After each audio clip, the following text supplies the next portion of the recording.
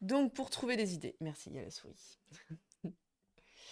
Déjà, la première chose, c'est d'aller réfléchir à ce qui intéresse vraiment vos clients. Parce que bah, déjà, vous n'avez pas la même perception que vos clients, parce que votre société, c'est là où vous travaillez tous les jours, vous avez tout le jargon de votre métier que n'ont pas les clients, vous baignez dedans et en fait, bah, à un moment donné, on oublie ça. Et les clients, ils sont pas focalisés sur vos produits.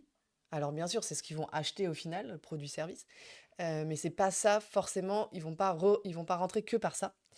Et donc, ce qui peut être fait, c'est de vraiment réfléchir à tout ce qui tourne autour de l'univers de vos produits. Pour vous donner un exemple, là c'est le site de Rip Curl, donc qui fait du matériel pour surf. On a envie de vacances apparemment, d'évasion. Donc eux, voilà, ils font donc des équipements et des vêtements pour les surfeurs. Et donc, qu'est-ce qui intéresse les surfeurs? Ils se sont posé la question. Eux, a priori, ce sur quoi Ce ils qui les sont intéresse, c'est pas partis, d'acheter des combars, quoi. c'est le sujet final. Mais avant tout, déjà, c'est de chercher des spots de surf. Des spots de surf, bah, quand on démarre, on sait pas trop. Quand on commence à savoir, on a envie d'un peu de choses différentes. Donc là, ils ont proposé tout un site qui s'appelle The Search. Désolée pour l'accent, c'est pas très bien dit. Qui est en fait dédié c'est un Google Maps des recherches de spots de surf. Et donc, à travers le monde, ça permet aussi, j'imagine, de y avoir des catégories un peu pour savoir si tu aimes la pluie comme en Bretagne, si tu préfères les grosses vagues comme à Tahiti. En tout cas, ils rentrent par ce contenu-là et ils sont pas directement sur achetez-nous nos combinaisons ou nos plages de surf. Ils sont plutôt sur l'univers global du surf. Ouais. Et ça pourrait être un autre sujet, hein. Ils ont pris celui-là, mais ça pourrait être complètement autre chose comme, je sais pas, entretenir sa planche de surf, entretenir sa combinaison, enfin plein de sujets, quoi. C'est important que vous répondez aux questions que vous posent vos clients. Parce que donc le client, clairement, hein, c'est celui qui doit être au centre de votre réflexion pour, l'écriture des contenus. Votre capacité à produire du contenu pour vraiment écrire du contenu à valeur ajoutée va se baser autour de: «Qu'est-ce que cherchent mes clients?»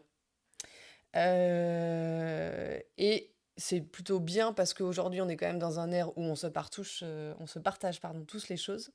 Donc, il y a plein d'endroits où vous allez pouvoir avoir contact avec vos clients ou en tout cas via des personnes interposées pour un peu savoir qu'est-ce qu'ils attendent, qu'est-ce qu'ils ont besoin, quelles sont les thématiques qui reviennent un peu tout le temps. Vous pouvez, hein, soit vous les avez dans votre tête, soit vous pouvez noter dès que vous avez une interrogation.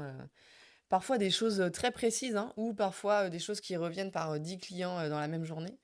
En tout cas, d'aller sur les différents canaux que vous pouvez avoir sur vos réseaux, sur votre boîte mail de contact, dans, je sais pas, vos vendeurs au magasin si vous avez l'opportunité d'avoir ça, le SAV. Je crois qu'on en parle un peu plus tard. J'ai l'impression de spoiler un peu une prochaine slide. En tout cas, de vraiment prendre ça en considération. Nous, c'est vrai que dès qu'il y a un client, enfin, dès qu'il y a 3 clients qui nous posent la même question dans un laps de temps assez court, on se Mm, dit article de blog direct. ouais, exactement.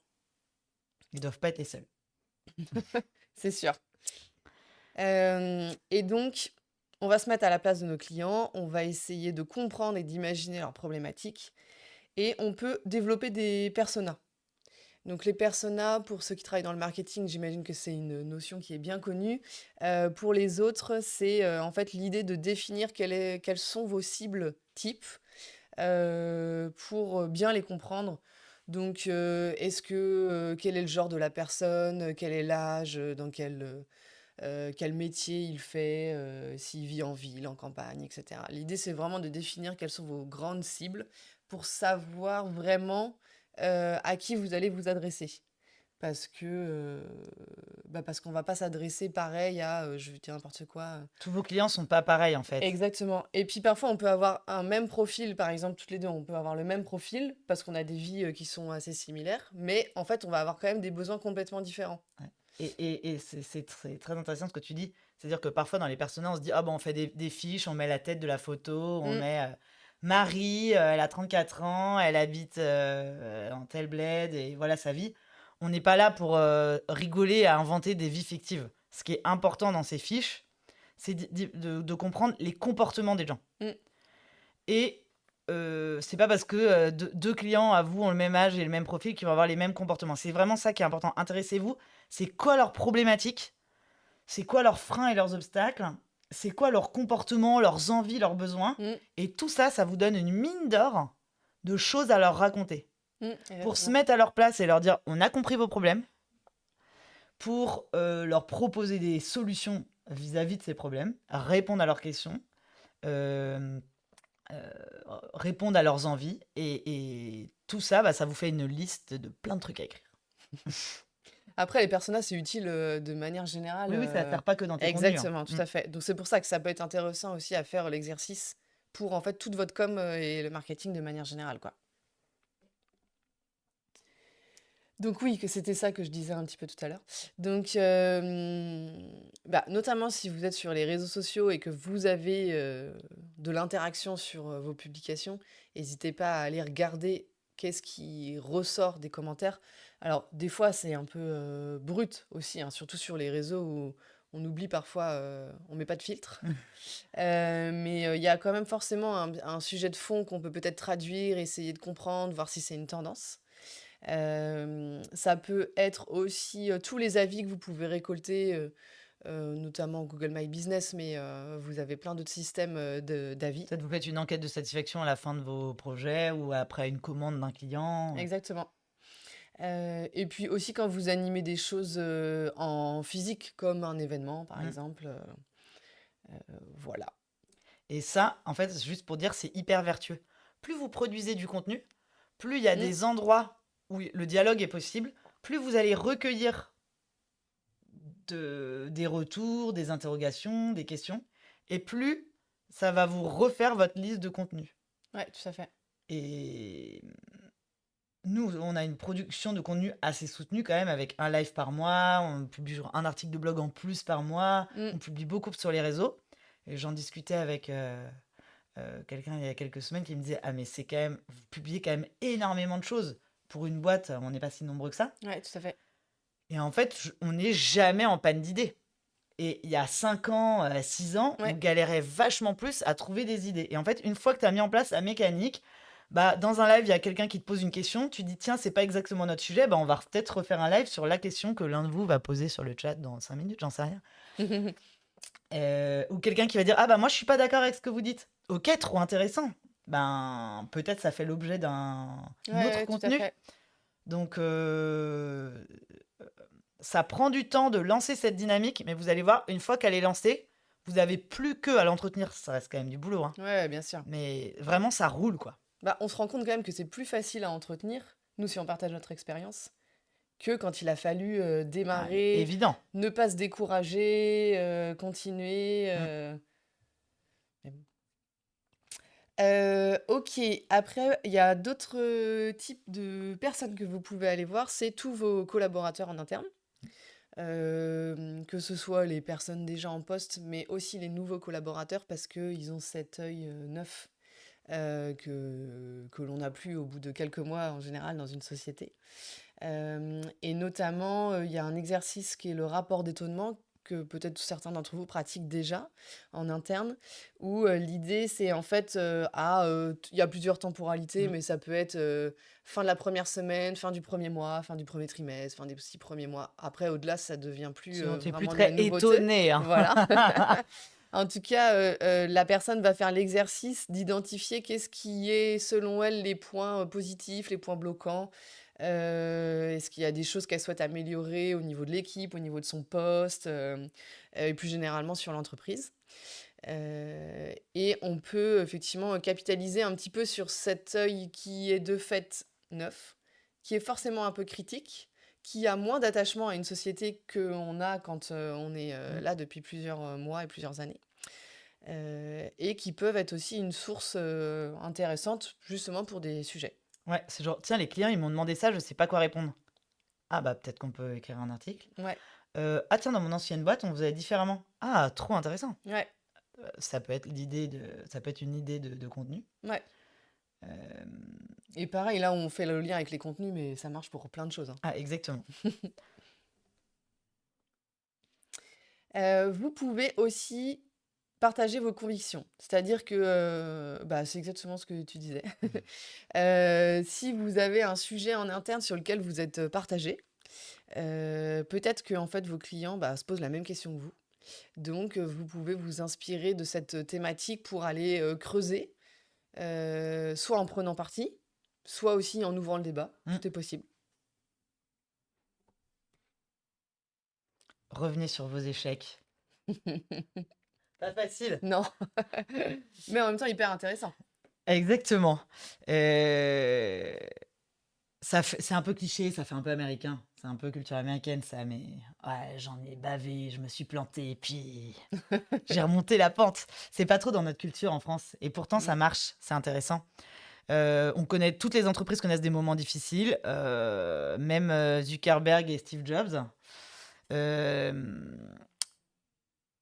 Nous aussi, personnellement. Et en fait, ce qui est intéressant dans le fait de parler de ces échecs, c'est de revenir sur les leçons que vous avez tirées de ces échecs. C'est un bon moyen, déjà, aussi, je trouve. Alors, il y a des moyens de le faire, hein, mais de se connecter avec votre cible. Parce qu'en fait, dans ce monde de réseaux sociaux où on contrôle à fond son image, euh, on n'est plus très aux dupes. On en a un peu marre de ah, vous avez la vie parfaite, vous êtes l'entreprise parfaite, tout est génial chez vous, vous êtes incroyable. Ouais, c'est vrai. Parfois de se dire bah tiens, on a testé un truc, on s'est planté. Ça fait du bien. Ouais. Bien sûr, faut l'expliquer et faut en tirer des leçons, sinon ça n'a aucun intérêt. Et puis Mmh. vous avez peut-être et la peur de nos clients quand on parle de ça, hein, c'est ah bah non mais moi je veux pas dire que je fais des conneries, les gens vont avoir plus confiance en nous. Il faut Je vous dis pas qu'il faut tout déballer, tout ce qui se passe en interne dans votre boîte. Il y a des choses qui doivent rester confidentielles. Il y a des choses dont on peut parler longtemps après. Mmh. Mais il y a aussi des choses, c'est pas un drame si on en parle, et c'est même super intéressant. Votre cible, elle va se dire, ils sont authentiques, ça va créer de l'empathie aussi. Parce qu'en fait, votre cible, peut-être qu'elle se dit, bah ouais, moi je suis pas parfaite aussi, je galère bien, quoi. Et c'est chouette de parler à quelqu'un Mmh. qui me comprend du fait parce que cette personne a vécu les mêmes galères que moi, ou vit les mêmes galères que moi. Et donc, on va se comprendre et en m'apportant des solutions, bien sûr. Et donc, on va se serrer les coudes et ça fait du bien. Donc, je trouve que c'est un axe qui peut être très intéressant. C'est pas forcément la colonne vertébrale de votre stratégie tôt, mais ça peut être Ouais. intéressant. Nous, par exemple, on s'en sert là, quand on va redéfinir le calendrier des petits déj de l'année prochaine. Ouais. On regarde les statistiques, on regarde les interactions sur ceux qui se sont déroulés en 2024. Et des sujets qui peut-être nous ont paru hyper intéressants, sur lesquels nous, on a trouvé de l'intérêt, mais derrière, bah, on n'a pas eu d'audience au rendez-vous. Mm. On se pose la question. Est-ce qu'on a mal traité le sujet? Est-ce qu'en fait le sujet, il n'intéresse pas? Est-ce qu'il y a un contexte qui fait que ça n'a Est-ce pas qu'il pu fallait pas faire un marcher? live le 12 août? Non, je rigole. Sur la plage, dans ces cas-là. Mais voilà, ça, en tout cas, nous, ça peut nous aider pour ça. Ouais, alors ça, c'est apprendre de tes échecs, mais on pourrait même en faire Oui, tout à fait. un contenu là-dessus, parce que je suis sûre qu'il y a plein de clients parce que produire du contenu, ça prend vachement de temps. Mm. Et donc, parfois, on est un peu déçu de se dire, on a sorti un truc, on a mis du temps, de l'énergie, du cœur, et Ouais, ça fait flop. ouais, Bah, c'est vrai que, voilà. Bon, bah, une faut idée s'accrocher. d'article. Merci, Julie. Il y a un podcast aussi que vous connaissez peut-être, La Leçon, podcast de Pauline Grisoni. C'est sur le thème de l'échec, en fait. Donc, elle discute avec des personnalités, donc ça peut être des chefs d'entreprise, des musiciens, des acteurs, des humoristes, etc. Et l'angle, c'est vraiment, c'est quoi vos échecs? Qu'est-ce que ça vous a appris? Donc, y a des gens qui vont vraiment parler de leur boîte et qui vont dire, bah, nous, on s'est planté, on en a bavé, etc. Et Mm. ça ne décrédibilise pas du tout la boîte, en fait. Mm. Donc, c'est une mine d'or aussi d'idées de contenu. Écrivez le parcours de vos clients. Ça, c'est pareil parce que vous avez peut-être une idée globale de, tiens, il y a une problématique, voilà. Peut-être que cette idée, vous allez pouvoir la saucissonner et vous allez pouvoir en faire 3 contenus, Mm. ou 4 ou 10, hein, selon votre densité de saucissonnage. Donc, si vous écrivez le parcours de vos clients, vous allez voir, ça va vous redonner des idées beaucoup plus précises. Exemple, donc là, là, ça va être pour l'agence, hein. Étape 1, bon, faut qu'on développe. On se dit, on voit que nos clients, ils veulent développer les réseaux sociaux. Ils se disent, c'est là que sont nos candidats, on a du mal à recruter. Quelle stratégie je peux adopter pour être efficace? Donc là, on peut se dire, nous, on va leur produire un contenu. Le guide pour se lancer sur LinkedIn, Instagram. C'est peut-être des boîtes à ce niveau-là de leur parcours, ils sont pas trop matures sur les réseaux sociaux. Déjà, on va faire un contenu plus pour les béotiens. Tiens, vous allez vous lancer, on vous aide. Deuxième étape, on se dit, notre client, ça y est, il s'est un peu lancé sur LinkedIn, Instagram. Là, ils se disent, on a produit un peu des contenus. C'est vrai que ce qui marche le mieux en ce moment, c'est la vidéo. Faudrait peut-être, je vais peut-être essayer de faire de la vidéo un peu seule. Comment je m'y prends? On va créer un contenu sur comment faire soi-même des photos et des vidéos de qualité. Et puis, ça y est, notre client, là, il produit des contenus, la machine est en marche. Et étape 3, ils se disent, là, par contre, j'ai une vidéo là pour présenter ma stratégie qui va être très complexe, donc je vais être en galère, je vais avoir besoin d'aide. Ou tiens, en marge de ma production de contenu, j'ai aussi un projet web. Faut que je fasse appel à une agence de com. Comment je fais pour bien comprendre, pour bien faire comprendre mon besoin? Faut que j'écrive un cahier des charges. Oh là là, ça fait longtemps que je n'avais pas écrit. Il me faudra un modèle. Et paf, on a un petit contenu. Comment mieux rédiger mon cahier des charges? Donc vous voyez, ça pourrait être un prospect de l'agence Concept Image qui, au début, communique assez peu. Et on va être là pour des besoins émergents. Puis ensuite, lance une dynamique de com. On va aussi essayer d'être là. Puis commence à poser un projet très concret. Et on a aussi, vous voyez, c'est des outils, hein, ça répond à des besoins à chaque fois, hein. Ouais, des besoins très précis en plus, C'est hein. vraiment, il n'y a pas le catalogue de l'offre Concept Image, hein. C'est que des conseils vraiment pour aider ce prospect à avancer dans sa problématique. Et Inch'Allah, étape 5, étape 4, cette personne nous contacte pour son projet web. En tout cas, le fait de rester d'apporter toujours de la valeur et de rester dans l'univers de la personne sans la spammer et lui balancer de la pub, vous restez dans son univers, elle vous oublie pas. Et en plus, si vous faites des bons contenus intéressants qui répondent bien aux besoins de vos cibles, la personne va avoir une image positive de vous. Et donc, le jour où elle a vraiment un besoin, elle pensera à vous. Et puis nous, on se rend compte, par exemple, à la gestion de projet dans le cadre de nos projets, hein, qui peuvent durer 1 mois jusqu'à 6 mois, etc., que parfois il y a des besoins très ponctuels qui se posent et on redirige vers un webinaire, là, comme on fait actuellement. Et c'est aussi des contenus qu'on peut utiliser comme ça dans notre relation client à un instant T. Alors, on s'en sert pas toujours, mais c'est vraiment très adapté. Et le fait d'avoir des sujets très découpés, très précis, en fait, ça nous permet de sortir un peu nos cartes quand on a besoin et quand on sent que nos clients ont besoin d'aide, quoi. Ouais.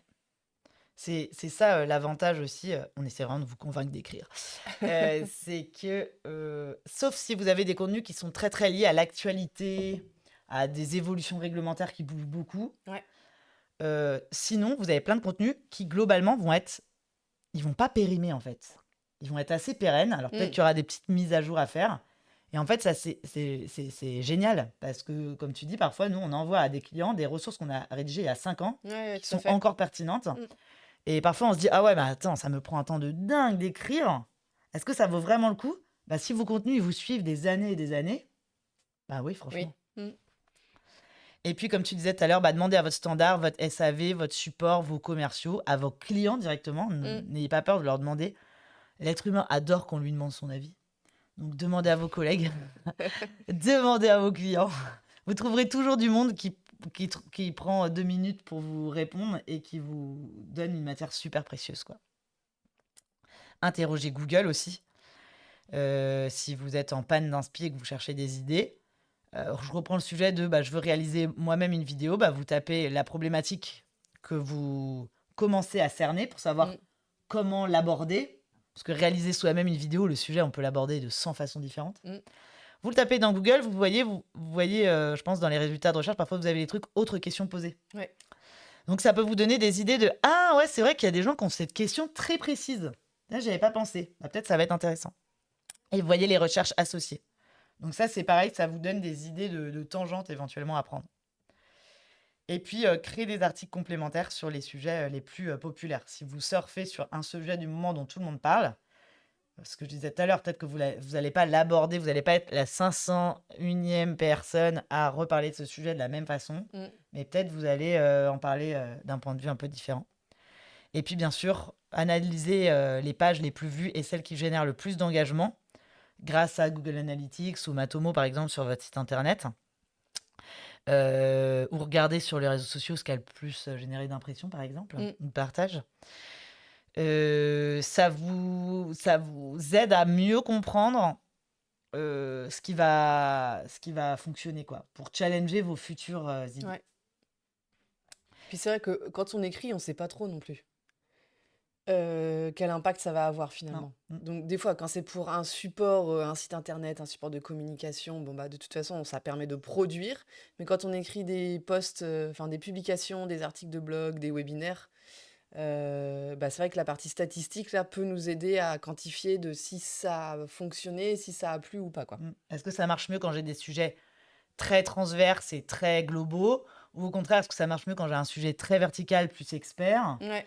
Ça va vous aider aussi. Vous pouvez regarder bien sûr, ce que font vos concurrents parce que, bah, on s'inspire forcément, hein, clairement tous, les uns des autres.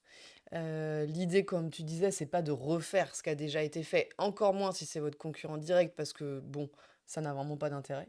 Mais plutôt de voir, quel type de thématiques ils peuvent, traiter pour savoir si c'est vous des sujets qui peuvent, vous donner des idées. Et juste d'en rebondir, ce qui est important, c'est vous allez lire le contenu d'un concurrent, vous aurez un avis.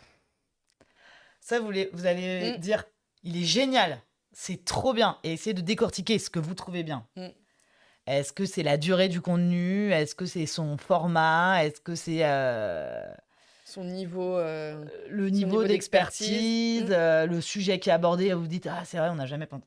Essayez de décortiquer et après, dites-vous, nous, dans notre boîte, c'est quoi nos valeurs? C'est quoi notre positionnement? Et comment on aborde le sujet de la même façon?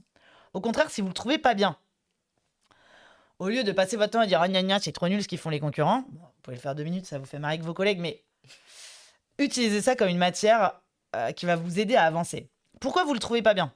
Est-ce que vous le trouvez trop généraliste? Faites le même contenu en expert. Est-ce que Mmh. vous le trouvez trop expert? Faites le même contenu en pédagogue. Mmh. Est-ce que vous le trouvez trop court? Faites le même en long. Trop long? Faites le même en synthétique. Ouais, tout à fait. En fait, prenez ça et améliorez-le à votre sauce, et paf, vous aurez créé un contenu qui est unique, qui est à vous. Effectivement, c'est ce que tu viens de dire, Ah, voilà. voilà, la petite slide qui arrive. Mais oui, il y a vraiment, plein de manières différentes, d'écrire un même contenu. Donc là, par exemple, alors on vous donne un exemple c'est un artisan youtubeur qui s'appelle Takayaka. Donc lui, en fait, il disait qu'il avait l'habitude de visionner des tutoriels donc, sur YouTube et il regardait les commentaires pour trouver de l'inspiration. Par exemple, si un commentaire écrivait, «C'est intéressant, mais comment on fait si on a tel outil?»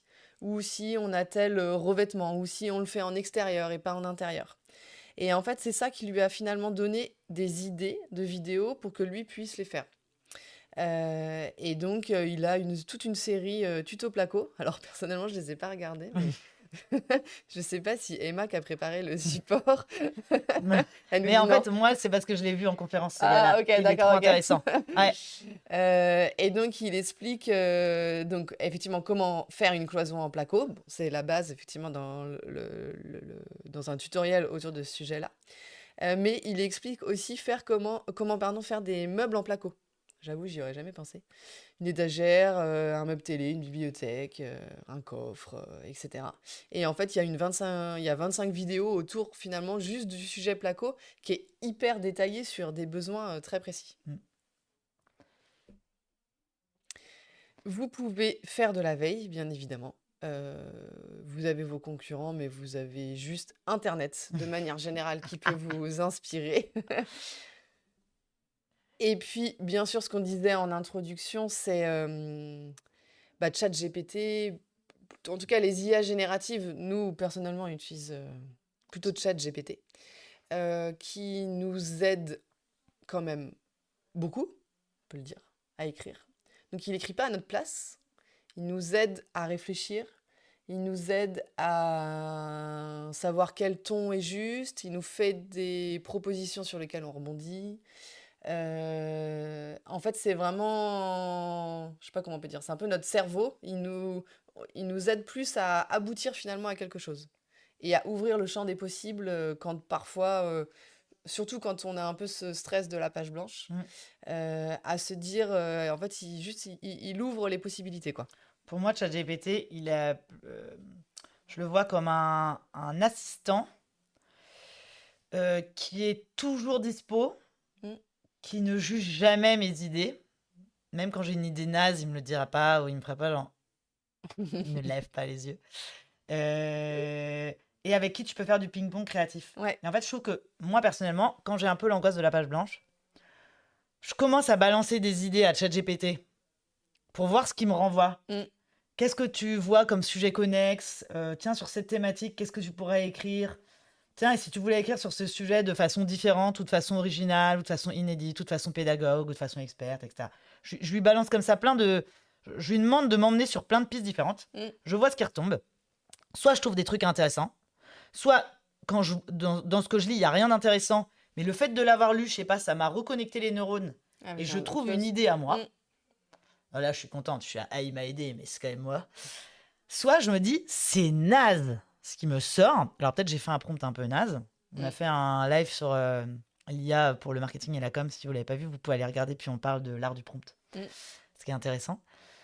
Soit, de fait, non, c'est pas top ce qui me sort parce que ChatGPT, sa raison d'être n'est pas d'être créatif, mais c'est de vous sortir le résultat le plus probable à une question. Donc de fait, il vous sort les trucs le plus basique possible. Et moi, ça m'est déjà débloqué en me disant, ChatGPT me sort un truc naze. En tout cas, moi, Elisabeth, je me sens au moins capable de faire aussi bien que ça. Et si t'étais un peu complexé au moment d'écrire, tu dis, allez, je vais essayer de faire un truc un peu tiède, déjà comme ChatGPT. Ouais. Et puis en fait, une fois que t'es lancé, c'est bon. Et puis tu fais Ouais. mieux et tu t'apportes ta patte. Et je trouve que ça peut aussi débloquer.